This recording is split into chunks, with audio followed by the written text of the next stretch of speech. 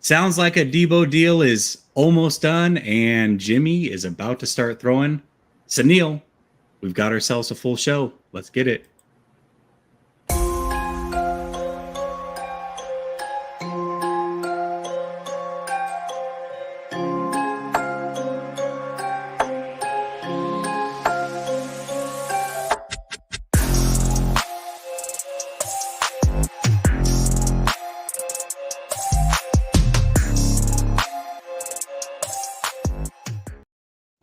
All right, welcome back to Last Second Sports, where we are giving you our take down to the last second. It's your boy Jesse back with another show, Tuesday edition, with my guy, So Real, Suneil. What's up, Suneil? How you doing? Yo, Jesse, we are not just gonna fly by that you just revamped this whole channel real quick with a brand new intro video, brand new overlays. You using emojis and smiley faces now. What happened? You take a couple of weeks off and all of a sudden he's happy. That's the rested life, right? Yeah, listen, here's the deal. Like, even when I'm not working, I'm always working, right? So I got family in town. It doesn't mean that I'm not working on the channel, trying to make things better, improve things. So yeah, we came back with new overlay, new intro. I even got some merch possibly on the way. Let's go. You know, we got some things working.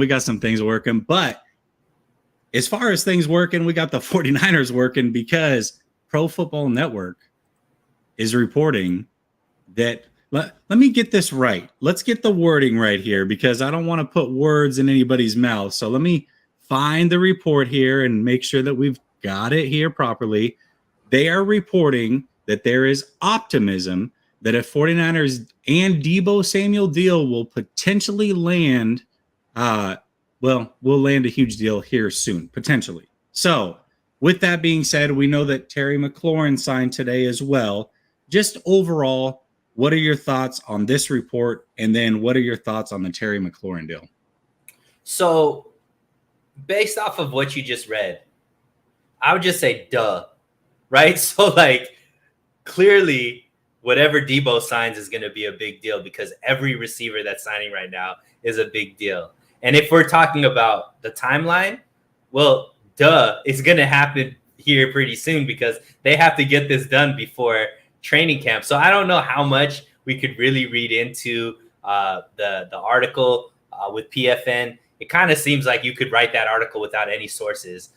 We could have wrote that article and still been just as right as PFN was, right? But the Terry McLaurin deal is something that's a little more interesting. So to be noted, this is the one contract from receivers that it seems like wasn't negotiated by the same agent that Debo has, because that guy has been putting in work, right? He negotiated AJ Brown's deal.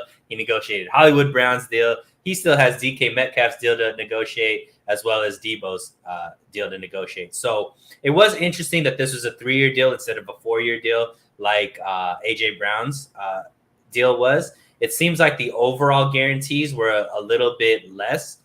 Terry McLaurin's were a little bit less than AJ Brown's overall guarantees. However, the signing bonus was a little bit higher. So I wonder how this affects as far as whether or not the 49ers may look to a 3-year deal instead of a 4 or 5-year deal, based off of trying to get off of maybe the guaranteed money sooner, based off of, needing to extend Trey, Brandon Ayuk, and, some of these other draft picks that are going to be coming up in the next 3 or 4 years for extensions, or if they still want to go on for, extend that for a 4 or 5-year deal where they could stretch the money out a little bit longer. So I was just interested to see a 3-year deal versus a 4-year deal. I do think this does help, I guess, if you're using it as competition. This deal helps, I think, the 49ers more than it helps out Debo, because the numbers didn't actually increase the going rate for a wide receiver. It actually stayed either the same or maybe even a little bit less. So I guess that helps the 49ers as far as they could still make Debo the highest paid out of this lot without necessarily having to go even higher than maybe they expected to go after the AJ Brown deal. Yeah, it's funny that you say that that whole report is a bunch of nothing, because it's a lot like the other report that came out, I believe, yesterday, where they said that he hasn't rescinded his trade offer. It's like, well, yeah, of course he hasn't. He's not going to officially come out and say, well, guess what, guys, don't want to be traded anymore. The only way that we're going to know he doesn't want to be traded is when he re-signs the deal. Right. So how do you even rescind an offer? Like, do you write it on a piece? Like Rahman was saying this. Do you write it on a piece of paper and say, I officially do not want to be traded anymore? Like, that just, I don't know if that's ever been a thing where you rescind the trade. Just as you're walking by Lynch's office, you slide it write it on a napkin, slide it under the door. Just, by the way, I don't want to be traded anymore. Yeah, it's a big nothing burger. And this report's a big nothing burger. I mean, when you have to use words like optimism and potentially both in the same report, it's not a report. I'm sorry. But let's talk about McLaurin, and really more importantly, let's talk about this conversation started here by Raphael. He says, over or under Debo getting 60 million guaranteed. Well, let's take a look at it. So you have fully guaranteed, which is basically your signing bonus. The highest paid wide receiver right now, as far as that goes, is Tyreek Hill at 52.5 million. Then you have what's called a practical guarantee, which is almost fully guaranteed, but there are roster bonuses and things that go along with it. So it's not necessarily fully guaranteed. For the most part, you expect that it gets guaranteed, but you have guys like, I think Van Noy is a really good example of this. He signed a deal with, I believe, the Dolphins. His practical guarantees was something like 30 million, but because he was cut after the first year of that deal, he only got like 9 million guaranteed. So it's very rare, but the practical guarantees are technically not fully guaranteed. If we go off the practical guaranteed, which I'm sure, Raphael, this is what you're talking about when you use a number like 60 million. This is the number that most people use when they talk about guaranteed, is the practical guaranteed number. Cooper Kupp's at 75 million. Tyreek Hill's at 72. Stephon Diggs is at 70. Devontae Adams is at 65. Michael Thomas is at 60. He's the fifth highest paid, and DeAndre Hopkins just under him, about $500,000 or so, also in the $60 million range. So you have and Amari Cooper as well at 60. So you have 7 wide receivers making $60 million. I'm gonna bet that he falls in that range as well. I would be shocked if he didn't. Although, when we look at guys like, let's see, who got signed this offseason from his class, I think A.J. Brown's around 53. I thought he was like 57 and some change. Oh, yeah, you're right. He's at, 57, and Terry McLaurin's around 53. Yeah. So he would be higher than both those guys, which, I don't know. I mean, those guys have been a little bit more consistent. Debo's had the best 60, year, but I think 60 is right. I would push on that 60. So I think 60 is right about where I would see the guarantees being.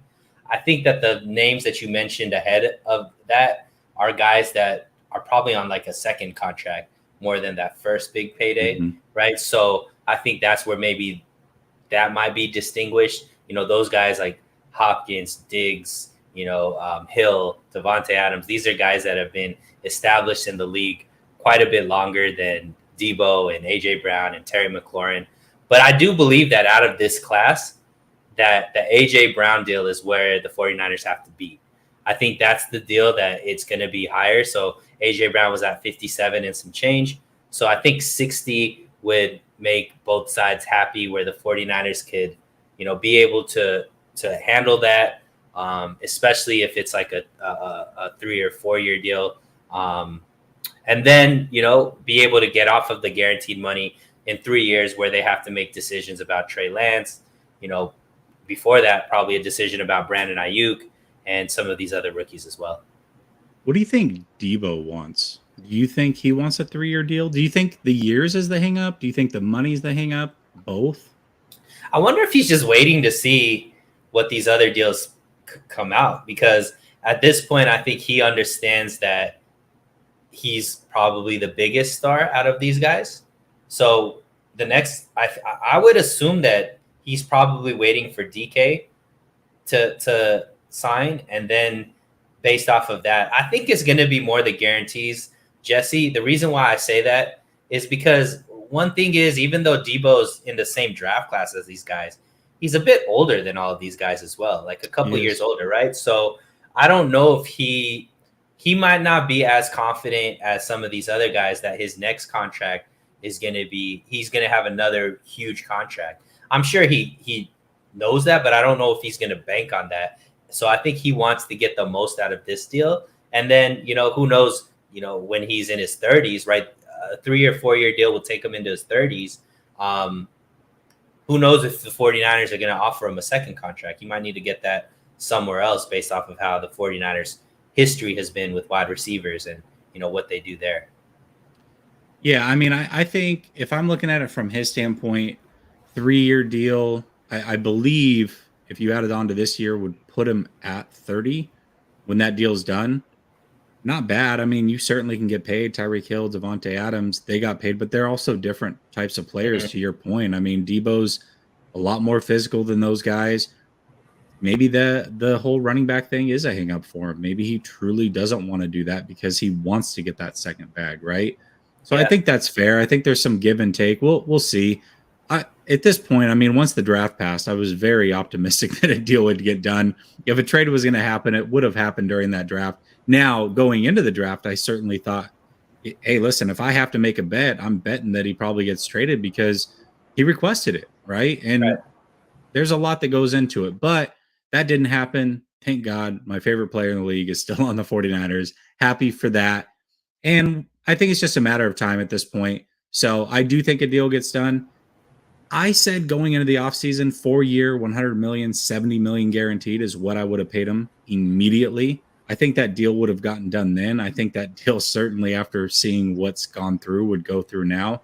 I probably agree with you. I think that probably a 3-year extension, $60 million guaranteed is probably what we're looking at. And I think that's fair. I think that's good for all sides. I think a short-term deal is a win for the 49ers. I think a short-term deal, if Debo can stay healthy, is a win for him as well. And so, that sounds reasonable to me. I agree. All right.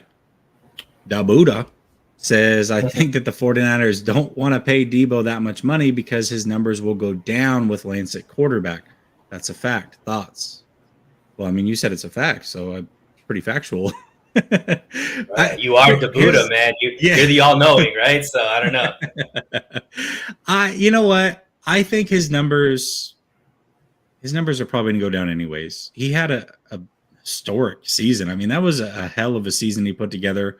First of all, he was healthy for 16 of the 17 games.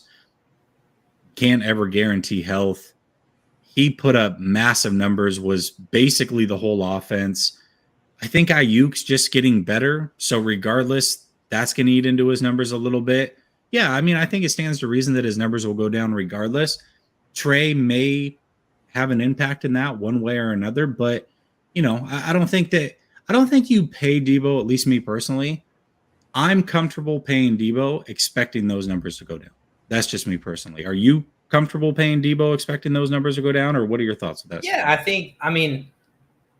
I don't know how Dabuda was framing this question, if this was because what he meant by with Lance at quarterback. I do think the numbers will go down because I think Lance is going to be able to utilize more of the receivers than Jimmy was able to utilize. And what I mean by that is, in the scheme of what Kyle Shanahan does, he usually has 3 levels of the route runners, and Brandon Ayuk is always usually the deep route runner. So Jimmy never threw the ball down to the third level, right? He was mainly in the first and second level, and Debo was usually in those 2 levels. So he got a lot more opportunities than some of the other receivers because Jimmy was kind of a guy that stuck with, a few receivers. He didn't really spread the ball around.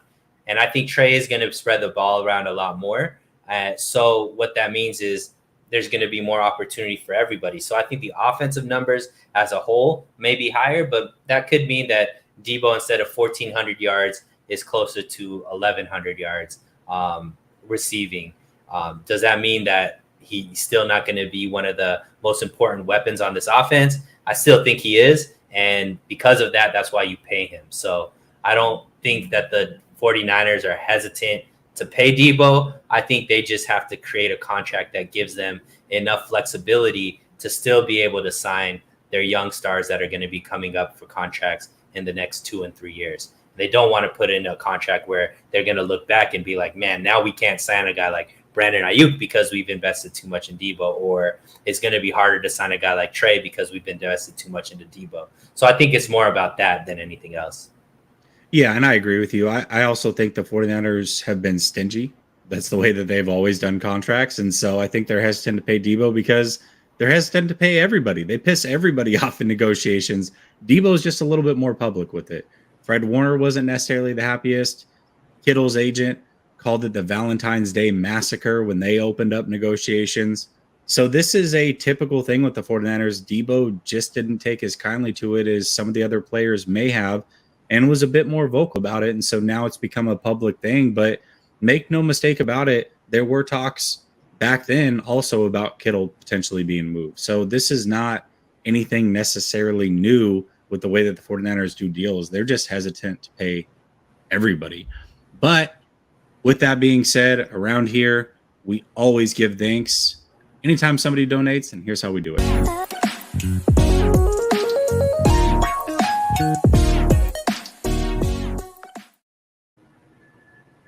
All right, Suneil, let's plant our flag in this once and for all. Jimmy Garoppolo is able to start throwing in the next week or so. It sounds like within the next 24 to 48 hours, we might have a resolution on the Deshaun Watson situation. Baker Mayfield and Seattle have mutual interest. Where does Jimmy end up, and how does he end up there? So, do you think he gets traded or cut, and what team does he ultimately land on, in your opinion? So I don't know if you remember. And I'm holding you to this. And if you're wrong, we're all going to laugh at you. Would it be the first time? Definitely won't be the last time. But I don't know if you remember, Jesse, when we were talking in the offseason, I always felt like Jimmy to Cleveland was like the best fit for Jimmy and the best fit for Cleveland, not knowing that they would go after Deshaun Watson, right? So I personally think that everything is opening up for that to actually happen. I don't think it's through trade, though.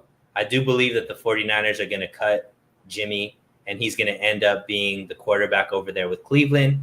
And I actually believe he's going to flourish because I think the Cleveland team is very similarly built to the 49ers team. And I think with strong running game, really good defense, and not necessarily needing a quarterback that's going to throw the ball down the field too much. I think it's just more short, quick, accurate passes, which Jimmy is, kind of known for. So that's how I see it ending with the 49ers cutting Jimmy, saving the $25 million on their cap, and then Jimmy very quickly signing with Cleveland. And, both sides can dust their hands with each other. Oh, man. So you think he gets cut and then ends up in Cleveland? Yeah, can I tell you why? Because you actually are part of the reason why I believe that. So it was 2 weeks ago, I think 2 or 3 weeks ago on this show, where you brought up the article where the team had given Jimmy's camp the ability to negotiate contracts with other teams. Yep. And I think that piece of information mixed in with Jimmy being ahead of schedule, mixed in with Jimmy saying he believes it's going to be a fast resolution to this situation, all points to me that this is a cut, sign with the team type of situation, based off of all of that information. Okay. All right. That's fair. I agree with you, by the way. I thought we would have a difference of opinion. That's why I had to double back and are you sure? Just to see if I could get you to move off of it. But I agree. Listen, I don't think that anybody's trading for Jimmy Garoppolo. And why would you, right? There's two teams. Now, this is where it gets a little ironic and gives me a little bit of hesitancy. There are two teams in the league that could legitimately take Jimmy Garoppolo's full salary on without the 49ers eating a single solitary cent. Those two teams happen to be the Carolina Panthers and the Cleveland Browns, who both, by the way, are rumored to be potentially interested in Jimmy Garoppolo. So that gives me a little bit of pause, the fact that both those teams could take on the full contract. when I look at Cleveland, first of all, they gave up a ton to go get Deshaun Watson. Where is this capital coming from? What is this capital?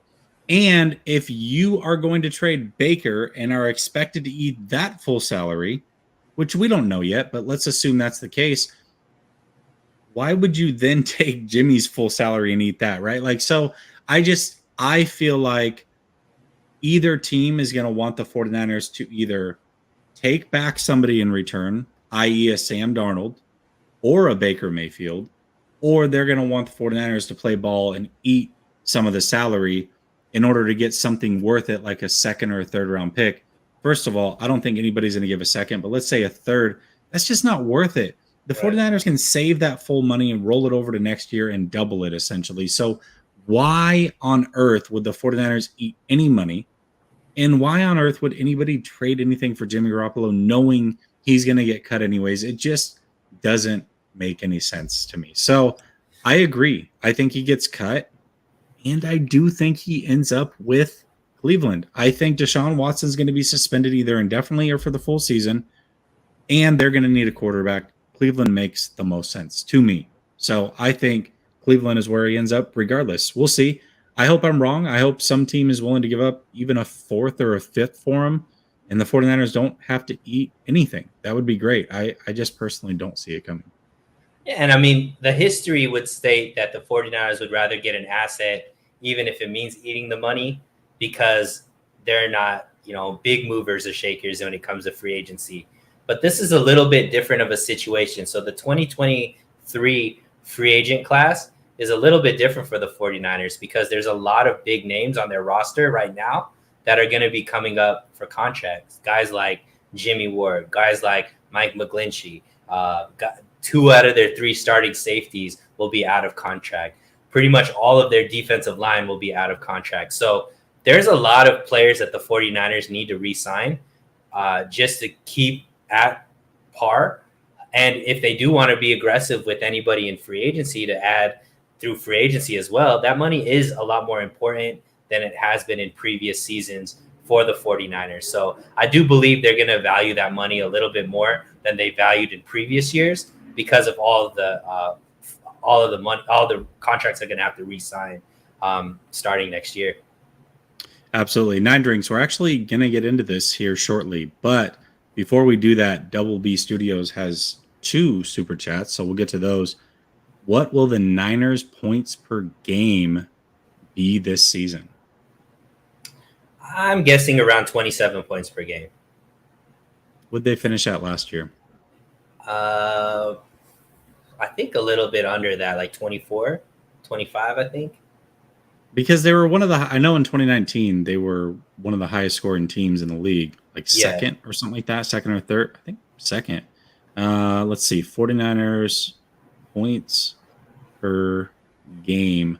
While I'm looking that up, that would be a great time for y'all to subscribe if you haven't done so already. Would appreciate that. And then make sure that you subscribe to Suneil's channel as well.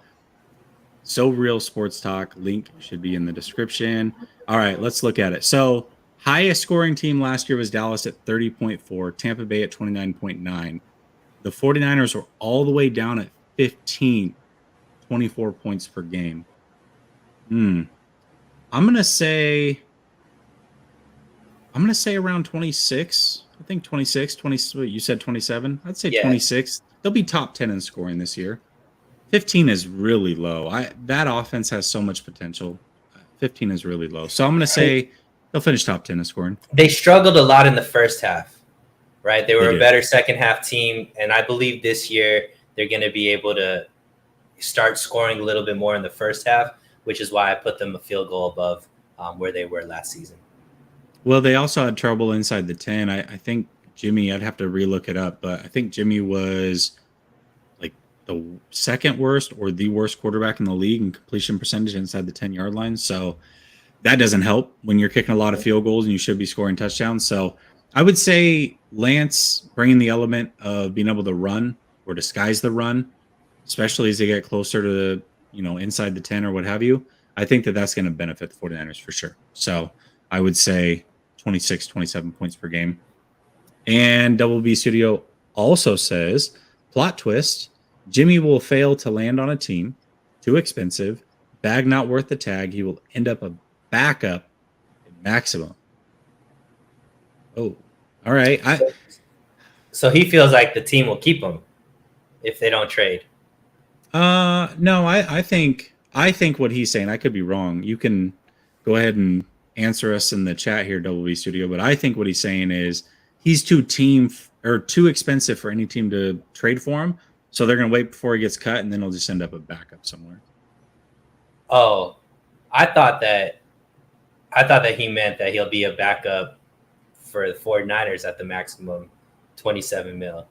I don't know. But whatever. I think that the 49ers will cut him. I don't think there's a way that this team and Jimmy can have a working relationship after the head coach has talked about trading Jimmy on multiple occasions this offseason. So I don't see a way or a path that Jimmy could come back to this team and, have an actual working relationship. So if he doesn't get traded, I definitely believe he gets cut. I actually remember this, Double B Studio. This might have been during 49ers After Dark. I might be wrong on that, but I swear I remember you saying this. It says, not to brag, but at the end of the season, on one of Grant's shows, I super chatted, Jimmy will not get traded. Grant laughed and said, too far. Said, I'm standing by that hot take. I was the first to say it. Yeah, I actually do remember you saying that. I could have sworn it was during 49ers After Dark, but maybe it was just a show that I'm watching and I'm conflating the two. Not really sure. Either way, you just came in with 3 freaking super chats. Let me give thanks. Here we go.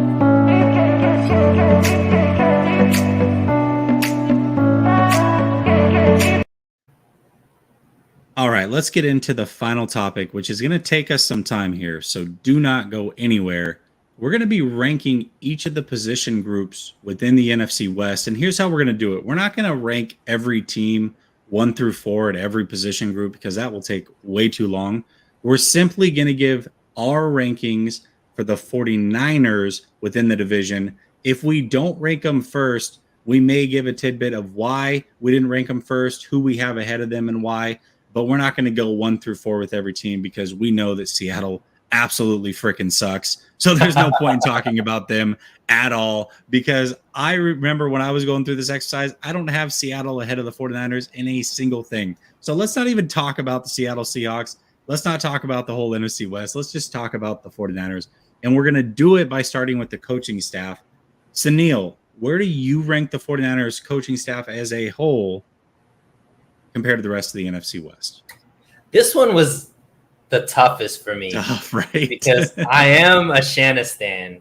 Yeah. But I didn't know how, because reality is I believe that Shanahan, as far as his coaching staff and his coaching tree, develops coaches a lot better than anybody else in the NFC West. And that's just a fact because you've seen how many head coaches have come from this coaching staff. They already have 2. No other coaching staff in the NFC West has been able to develop as many. So maybe if you judge it based off of that, you give the edge to the 49ers. But in this one, I don't want to be biased. So I'm going to actually say they're not the best. I believe the Rams have to be ahead of them just because they've had a lot more success as far as just winning over the same amount of time. And they obviously have the Super Bowl there as well. So I'm going to go with the Rams over the 49ers, but it was extremely razor sharp thin for me, Jesse. Okay. That's totally fair. This one was tough for me as well. And I also ranked the 49ers second. However, I think more so because of continuity, I think the actual names on the coaching staff are better for the 49ers. Like when I just look at it, first of all, I think Shanahan and DeMeco Ryans are arguably the best. I think they're the best offensive and defensive coordinator tandem in the NFL. I really do. Then you got guys like Kasurik, Ryan Schneider, Anthony Lynn, Brian Greasy, Chris Kasurik. They're absolutely stacked, but a lot of those names are new, and they lost some big-time pieces in McDaniels, Turner, guys that have been a part of a Shanahan staff for an extremely long time, and guys that bring that continuity together. And so because of continuity pieces only, I think the Rams are slightly better, but the names, I think the names overall, and if they can keep most of this together for a few years, I certainly think the 49ers have the best talent from a coaching perspective. I just am worried about the cohesiveness. So I put them number 2 as well. So very much on the same page. Double B Studio also is making sure that he clarifies, yes, he thinks that he'll get cut before he gets traded. Sorry about that. No need to apologize. You didn't need to super chat it. Appreciate you coming in again with another one. But yeah, so that's what I thought. You figure he'll get cut. What's up, Ron? How you doing, man? Baby brother. Right. Brother from another mother. Okay. All right. So we have them number 2. Let's look at the quarterback position. Where do you have the 49ers ranking within the division as far as quarterback goes? This one as well, obviously I think it's too tough to put a rookie as the top, right? Because we haven't really seen, no matter how high I am on Trey. I put him at 3rd behind. I would put the Rams with Stafford at 1, Kyler Murray at 2. And then, I would have to put Trey at 3, only because he's unproven. We haven't seen enough out of him to confidently say that he's going to be better than Kyler Murray. And, obviously Matt Stafford is the Super Bowl winning quarterback from last season. So it's tough to put a rookie that's only started 2 games above Matt Stafford. So I got the 49ers at 3rd, over Seattle still, because who knows who the quarterback in Seattle is right now, if it's Drew Lock or Geno. Or Baker or Jimmy. Either way, It doesn't matter. All right. So first of all, I agree. I mean, I love Trey Lance. And I think when this season's over, I think we're probably having a different conversation. But as of right now, Stafford is a top 10 quarterback. And I think a lot of people would have Kyler Murray in their top 10. If not, he's certainly top 12. Trey Lance is just unknown, right? We may get halfway through the season and be like, yep, Trey Lance has moved up that list. He's top 7. He's, whatever. And this thing changes very quickly. But as of right now, I can't put Trey Lance, as much as I would love to, above 2 guys who I really respect the hell out of, 2 guys that I've seen play at a high level in this league. So for that reason, I would say the 49ers are number 3 as well. I do want to get to this comment because this is something that I hear a lot as well. And I think we tried to remove ourselves from that when we had the conversation. But the great one says, I don't understand why people are saying that Debo's stats will go down with Trey. If you look at Trey's biggest plays last year, it was mostly Debo. That is true. Debo is actually a better deep threat than what people give him credit for, but he's had to play within the limitations of the Jimmy G-led offense. That being said, for me, it's less about Trey, more about Debo putting up a historical season. 1, tough to beat that. 2, Brandon Ayuk is coming on very quickly. And so because of that, him and Jennings actually both are coming on very quickly. Because of that, they're naturally, in my opinion, going to eat away at Debo's production. And Trey Lance may end up being a guy who throws for 4,500 on a regular basis, but year 1 expecting even 4,000 yards, I think is a lot to ask. So with that being said, let's say he's around the same yardage total from a passing perspective as Jimmy Garoppolo. Obviously, he adds in the running element, but from a passing perspective, it'll probably be similar. And so where are those yards going to go? How are they going to be divvied up? I think we both agree that Debo's not going to be 90% of the offense like he was last year, right? They're going to have to do something a little bit different. So because of that, that's where we think Debo's numbers go down slightly. And I think it's fair to say that. All right, let's move on to the running back position. Suneil, where do you rank the 49ers in the NFC West when it comes to the running back group? So this one's interesting as well. I do think that the 49ers, because are we assuming Cam Akers is back? But he is coming off of 2 season-ending injuries. Yeah, I would say, did he get injured again last year? I thought he was healthy. He came back at the end of last year. I thought he made it through the end of the season. Or am I wrong about that? I'm not sure. You might be right. I think Mitchell is the best running back out of everybody. I just don't know if behind Mitchell they have as much. So, but nonetheless, I'm actually going to put the 49ers as the top running back group. And it's Elijah Mitchell, I think, is the best running back in the NFC West. And I think Kyle Shanahan is the best at scheming up runs out of everybody in the NFC West. So because of those two things, I'm going to put the 49ers as number one. Okay. I agree with you. I just think depth, obviously they're missing a home run hitter, but that's like the one area where there isn't just that dude at running back within the NFC West. There's some good guys, right? Akers is pretty good. Some people think he's better than Mitchell. I disagree, but I've had that argument on Twitter. I think that Arizona has Connor, right? Yeah. I mean, he's cool, older, I guess. Yeah, like they lost he showed a lot out against if he got to play the 49ers defense that he got to play last year, then sure. Yes, if that was every week, then he's the best. But when I just look at the 49ers, not only is it Mitchell, but they've drafted two guys in round 3, 2 straight years. They just have a ton of depth at the running back position. So for me, I have to go with the 49ers. And I know that he's a quarterback, but they have a mobile quarterback as well, right? Stafford's not mobile. Obviously, Kyler Murray certainly is dynamic when he runs, but I don't know. He's gotten into this thing where he didn't even want to run during the playoffs. So who knows if that's what he's planning on doing forever. But yeah, I think that the 49ers certainly have the best running game in the NFL. And also Debo might be a part of that, right? Like, so you think he's best in the NFL or just the NFC West? Who? Because you said you think the 49ers have the best running game in the NFL. Oh, did I? I meant NFC West. Yeah, I'm tripping. Cool. NFC West, definitely not in the NFL. No, but maybe. You know what? I'm not going to say definitely not, because anytime you have a Shanahan-led offense, they're almost a lock to be top 5.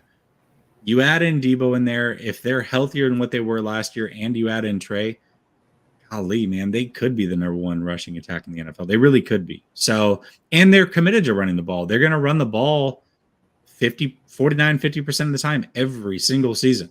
So we see games where they run it 40 plus. And I think that Trey being there as another threat does buy the running backs an extra half second here or there, which could be the make or break for them breaking some big runs as well. So I do think that the 49ers running game is going to be really prolific. And Anthony Lynn does a great job as well as making sure that whomever he has at the backfield ends up being a pretty prolific running attack. Kyler Murray's going to baseball. I hope not. I like Kyler Murray. Listen, he's not the best leader. It sounds like maybe he can grow into that, maybe he can't. But just from a dynamic standpoint, I also don't hate Arizona. It's funny because I look at Seattle and I look at the Rams. I'm like, I hate those teams so much. I look at Arizona, I'm like, that's cute. Even though they've kind of had our number the last couple of years, I don't hate the Arizona Cardinals. I just don't have that disdain towards them because I don't think they're that good, over the course of the years. So there's not really, I don't feel threatened by them.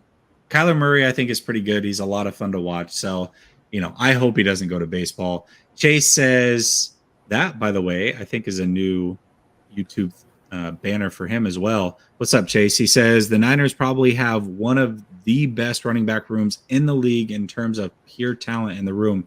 TDP, Sermon, Mitchell, Wilson, 100. I agree. I mean, that's a deep, and everybody's young too. That's the other thing, right? Everybody's young. So but we've only seen one. Favor. We've only seen one of them perform, though. That's the thing. I mean, you could say Wilson, but we haven't seen Wilson perform in quite some time. So that's the only reason why we're saying it. But I do agree with you. As far as potential, they're right up there with anybody else. Yeah, I mean, I personally, I don't know. We'll see about TDP. I hope I'm wrong about TDP. I'll just say that. But I still think he can contribute for sure. So I agree with you on that one. Appreciate it, Chase. I'll get you some love here in a second, but Double B Studio just can't stop paying us money to get his stuff read. So I'm going to read his as well. Does paying Nate Sudfeld millions to be the backup mean Kyle's playbook will be the Jimmy Gimmies because they would have gotten a Trey style backup, right? I Put don't some know. respect on the name, though. He didn't say Nate Sudfeld. He No, I definitely know. He put said Nate stud Phil. You're Sudfeld. right. You're right. You're right. I just Look, naturally my eyes. Stud Phil. You're right. That is, I need to put some respect on the name. He did say stud Phil. so Yeah. here's the thing when it comes to Nate Sudfeld, when you look at who he's backed up. A few years ago, he was backing up Carson Wentz and Jalen Hurts.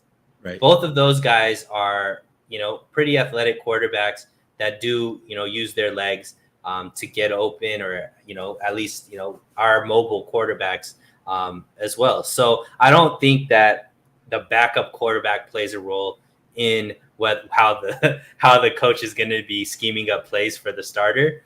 I do think that people just don't realize that Trey Lance is a passing quarterback first. So he uses his legs as a way of getting open, buying more time, versus wanting to just tuck the ball and run. So it's a last option, not a primary option. So I don't think the X's and O's for Kyle Shanahan is going to change much, just because that is the way Kyle Shanahan schemes up plays. I do think the decision-making of Trey Lance is going to be different. So you're going to see the ball thrown down the field a lot more, where we weren't able to see that with Jimmy, just because he wasn't as confident in his arm to be able to get the ball down into tighter windows, where I think Trey will take those chances. Yeah, I think that's just it. I think you said it beautifully. The shot plays were there. They've always been there. If you watch the film, they're there every single game. They just don't get taken because Jimmy is unwilling to throw it downfield. I mean, it's as simple as that. The offense hasn't changed a ton. The way the offense has performed has changed from let's say, Matt Ryan or even a Matt Schaub to what you're going to see with a Jimmy Garoppolo. And I don't think you're going to see an RG3 style offense. That was a completely different offense, right? Like, they took a lot of what RG3 did in college, parlayed that in the NFL, tied it in with what Shanahan likes to do, and kind of made a Frankenstein offense for RG3. I don't think you have to do that with Trey, because to your point, he is looking to throw as he approaches the line of scrimmage. He is a throw first quarterback.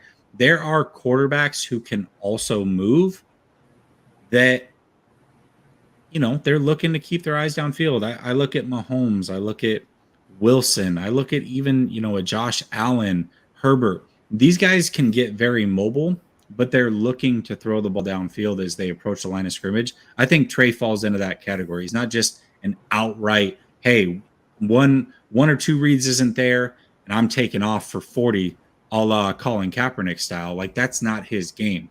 He is mobile, but he's looking to actually play the quarterback position and throw the ball downfield on a regular basis. And so because of that, yeah, you're going to get more shot plays taken, but I don't think Shanahan has to work a lot into the offense. He just has to trust Trey. Now, one thing I would hope to see is a little bit more of what his dad did in Denver with Jake Plummer. I love the way that they would make Jake Plummer get mobile, roll him out right, roll him out left, bootleg him on a regular basis. That offense was a lot of fun to watch. I think that's somewhere that Shanahan can improve, and maybe because Lance is more mobile, he can use him in that way. But we'll see. I think for the most part, the offense stays pretty dang similar. I really do. All right, let me give these guys some love real quick for the super chats. Appreciate both of y'all. Here you go.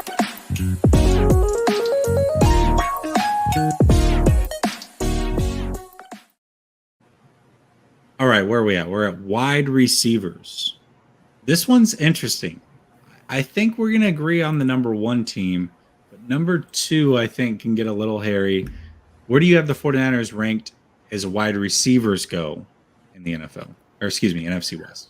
So I may differ. I actually have them as the top, and that's because D-Hop is missing half of the season, right? He's missing the first 6 games, so I play that as a role. I think that obviously Cooper Kupp is right up there as well, but Allen Robinson is good, but there's continuity issues there. I think that Debo and Brandon Ayuk are going to be the best wide receiver duo in the NFC West this year. And I think Trey Lance plays a big part of that. But I also just think that I've seen enough out of Brandon Ayuk for me to believe that he's going to break out this season, especially under, with Trey Lance under center. And we already know what Debo is capable of. So I think the combination of that mixed in with guys like Jennings, Ray McLeod, and maybe even Danny Gray here and there, I really do believe that this is the top wide receiver core in the NFC West. I know it sounds crazy because the names that are on the other teams, but I do believe they're number one.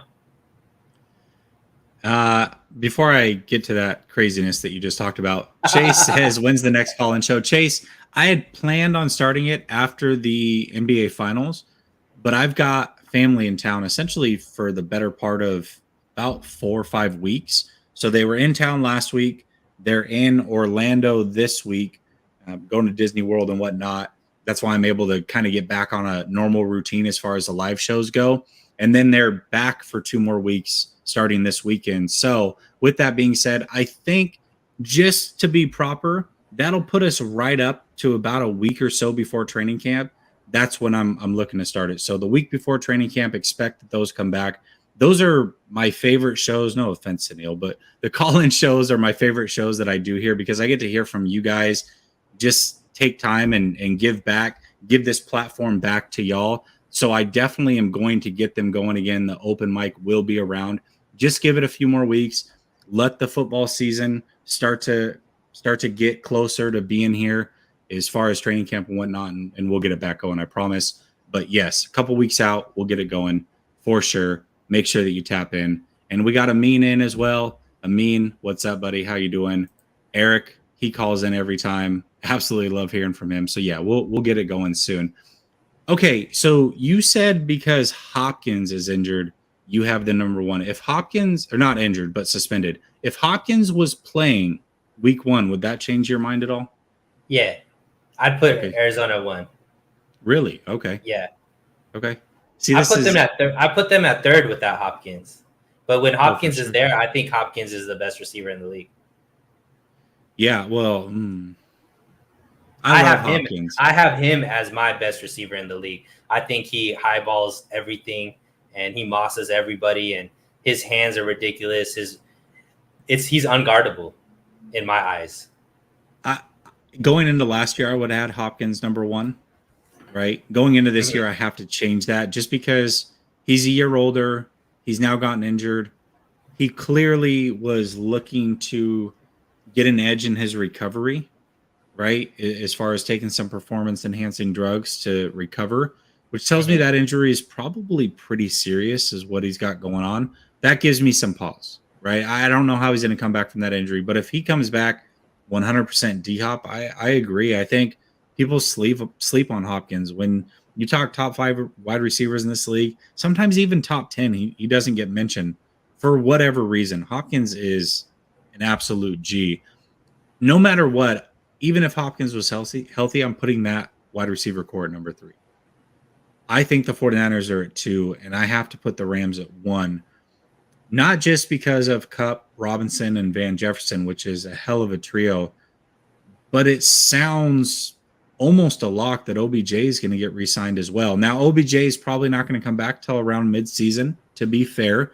But when I have to take the whole season together and total that in, I believe that OBJ is going to be a part of that. And that 4 right there is, I don't think there's a better 4 in the league. Like, that's a hell of a 4 right there. So, to me, maybe Cincy's probably right there, but man, that's a hell of a top 4 to be thrown out on a regular basis. Yeah. Tampa, Minnesota. There's a lot of teams that have, good receiving cores, Pittsburgh even.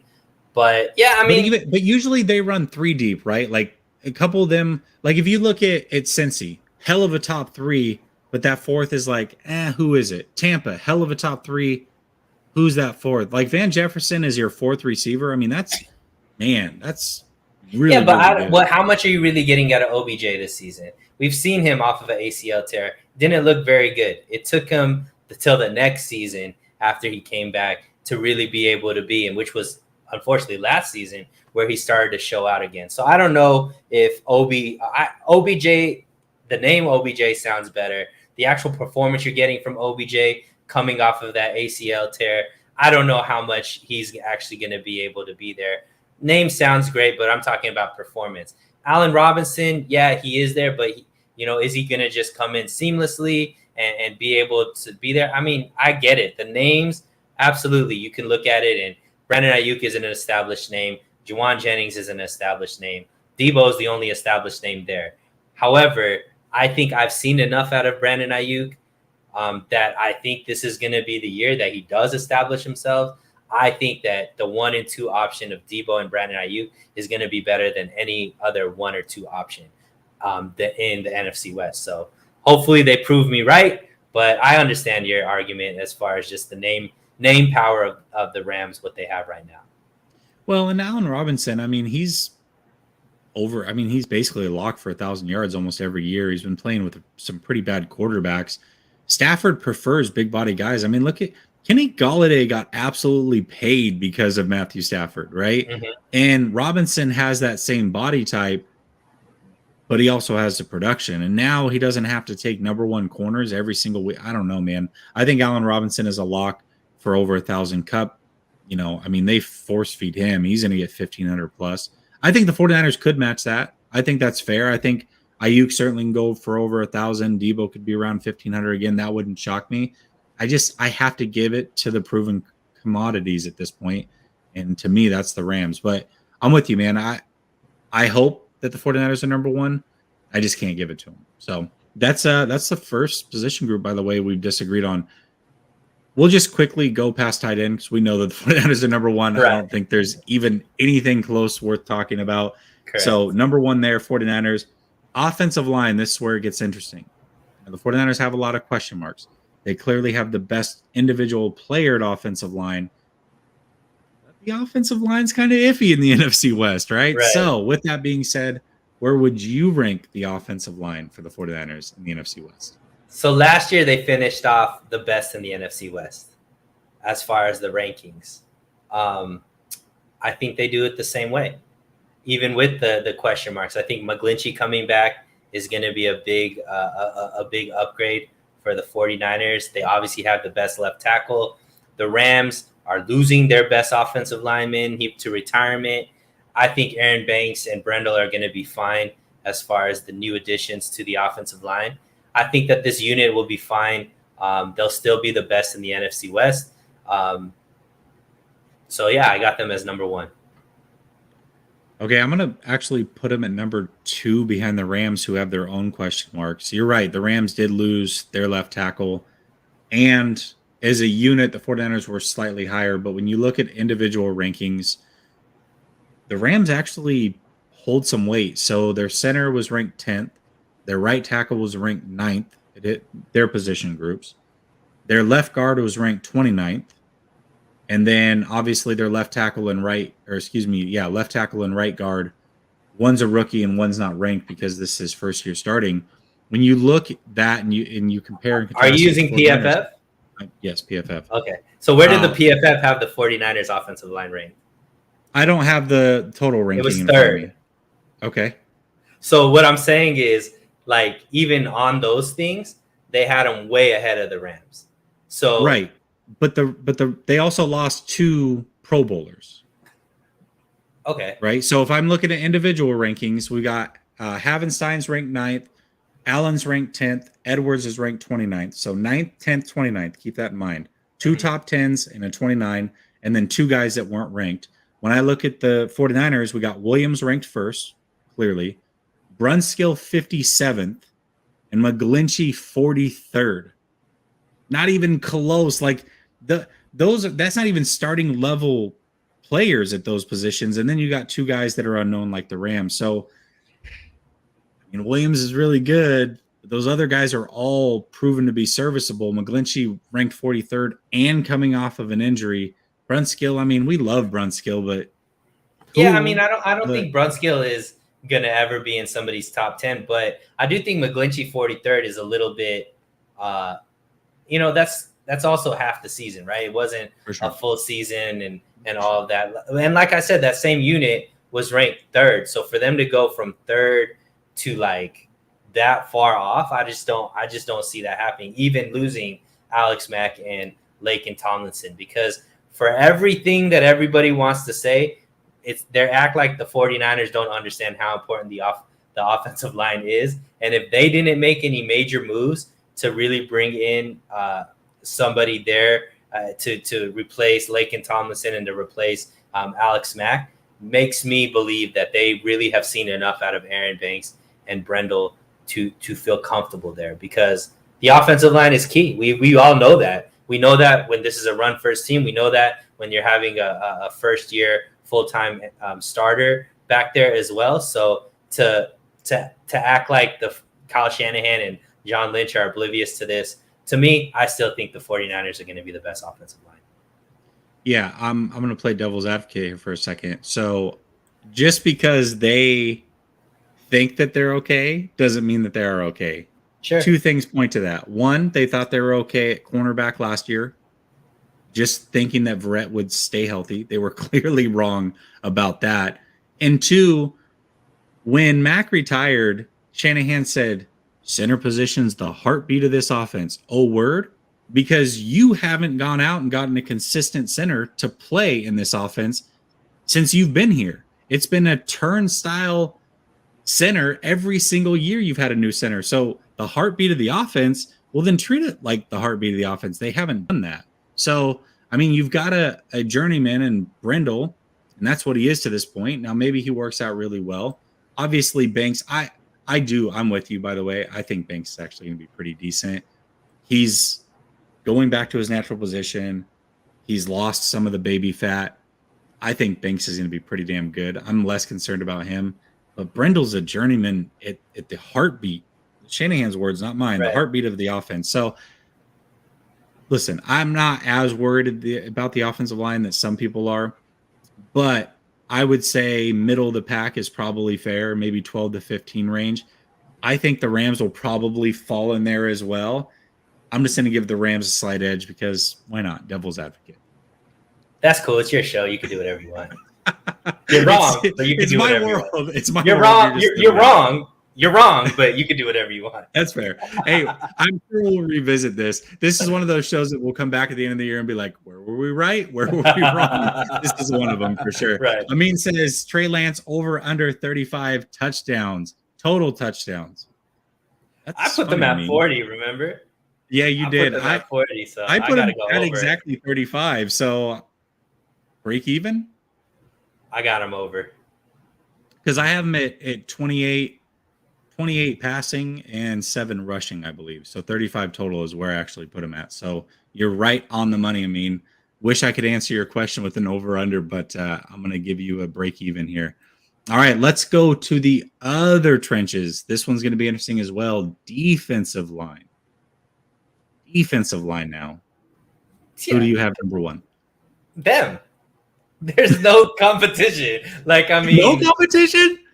I mean, with the combined, with the depth all the way through the defensive line, not just the starters, but the depth, there's no competition. I mean, obviously the Rams are there. They have probably, I don't even know if you can say the best anymore, Bosa or or Aaron Donald, I don't know. But for me, the depth that the 49ers has put them clearly in the number one spot for defensive line. Yeah, I think when you look at just the top players, the Rams are certainly there. Now, Rams technically run like a 3-4 hybrid. Floyd's technically a linebacker, but he's a pass rusher, right? So Donald, Robinson, Floyd. That top three is probably a little bit better than the 49ers top three of Bosa, Armstead, and whoever you want to say, Kinlaw, Ebicom, whatever.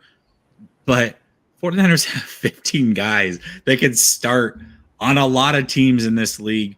They're going to narrow that down, obviously, but the 49ers can come at you in waves. Absolute freaking waves. So, yeah, I agree with you. Looks like Double B Studios on his way out. Okay, I'm on YouTube in the background. Got to play some mobile games, but I'll continue to listen. All right, peace. I appreciate it, man. Yeah, I agree with you. I think that the 49ers absolutely stacked because they can go 10, 12 deep when it's all said and done. It's how do you beat that? I mean, I don't think there is a way to do that. So with that being said, linebackers, where do you have them ranked in the NFC West? Same. Top, not even close. All right, let me. You know what? I've done a horrible job at this because I was going to try to keep track of everything. So, real quick, let me recap. Coaches, you had Second, 49ers Rams. second, Yeah. quarterbacks third, running Yeah. backs, did you say first, right? First. Yeah. Wide receivers first, tight ends first, offensive line first, defensive line first, linebackers first. I don't think there's a lot of debate at linebacker. I just don't. I mean, there's only maybe two other good linebackers in the whole division, and the 49ers have three really good ones. So Right. to me, and again, I'm not including Floyd as a linebacker. He's a pass rusher to me. I'm including him more as a defensive lineman. So because of that, I have to say the 49ers are landslide number one as well. This one's going to be interesting. Cornerbacks. Who do you have number one here? Where do you have the 49ers ranked? So obviously Jalen Ramsey to me is the best cornerback in the NFC West. So he's one, right? However, when I'm going full cornerback room, I gotta give it to the Niners again. I think Ward, Mosley, Thomas, and Verrett are better than the top four of any other NFC West secondary. So I'm not saying that they have the best cornerback because I think Jalen Ramsey is by far the best cornerback in the NFC West. But I think as far as overall cornerback room, I would put the 49ers number one. Okay, well, this one's tough because the Rams went and got Troy Hill back, who fits so perfectly in that defense as the number two corner. They were a really good tandem. Ramsey's clearly the best. 49ers have a ton of depth. This one hinges on Verrett for me. If Verrett's healthy, it's a lot. It's game slam over. dunk. Ward It's and over. Verrett are better than Jalen Ramsey and anybody that they have. Correct. And then obviously, I mean, you've got Mosley there as well, who's really, really underrated. People sleep on Mosley. Yeah, enjoy Mosley because this is the last season we have him. I agree. Yeah, Mosley's gone. Yeah, Mosley's gone, which is cool. I mean, I think he deserves to get paid. I think Ambry Thomas is going to be pretty good as well. So And Womack. I think Womack's going to be good too. Yeah, well, I think Womack and the nickel. I'm going to lean Rams on this one only because I don't know the status of Verrett. If you're telling me that Verrett is even 80% of what he was going into last year, oh, it's a slam dunk. 49ers are the best cornerback group in the NFC West. Ramsey is so damn good. Hill's pretty good. I think they have some questions at nickel just like the 49ers do. I think they have some names at nickel just like the 49ers do, but we'll see. I'm going to have to go the Rams slightly. But like I said, Verrett is the linchpin. If Verrett's healthy, this is 49ers all day. So you have the 49ers one. I have them number two.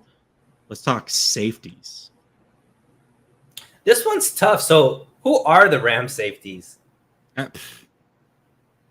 Nobody. I don't know. Right? I don't and care. Then, Nobody who good. Who are and Nick it's Scott. Weddle retired again, right? Who are the Cardinals safeties? They got hold on. They got Baker for sure. And then they've got their second one's actually pretty good as well. I like Buda Baker a lot. I know they hold on. Buda Baker. Oh, and Jalen Thompson, who's actually pretty decent. Yeah. Yeah, I mean, I don't know where to rank the 49ers at this. I would probably I wouldn't put them at the top. Just because I don't know who's playing. But they're probably at worst number two, right? Two, yeah. I'd put them at two just because of not knowing who the second person is going to be next to Jimmy Ward. And, I think the Cardinals probably have more seniority, at least experience at that position. So I'll put the Cardinals at number one. I'll put the 49ers at number two for safeties. Yeah, that's what I did as well. Just because, I mean, I think Baker and Ward are both, they're both really good. But I think, like, when I look at the 49ers, first of all, I don't know for sure who's going to start So it looks like Hufanga's the leader in the clubhouse, but I just don't know. And so I think that Thompson's proven in the league a little bit. I know what he can do. He's not great, but he's certainly serviceable, slightly above serviceable. So I got to go with the Cardinals as well. By the way, this is the first time that the 49ers, that the Cardinals outside of quarterback have entered the chat in any sort of capacity. This is the first time that any team other than the Rams or 49ers haven't been number one. So kind of crazy. Like, it's really a 2-team race for sure. Manuel wants to know, are you still working with Grant? Yeah, every Wednesday. We just did a show last Wednesday. Plan on doing a show tomorrow unless something comes up. So, yeah, every Wednesday we do a show, 49ers After Dark, 9 p.m. in the East, 6 p.m. in the West. Tune in for sure. All right. Last one, special teams. This one, again, is really, really tough because we're just projecting for the 49ers. For sure. They have they obviously went really, really hard on special teams, and they have all the pieces there that I believe to be the number one special teams in the NFC West. It's just about whether or not they perform.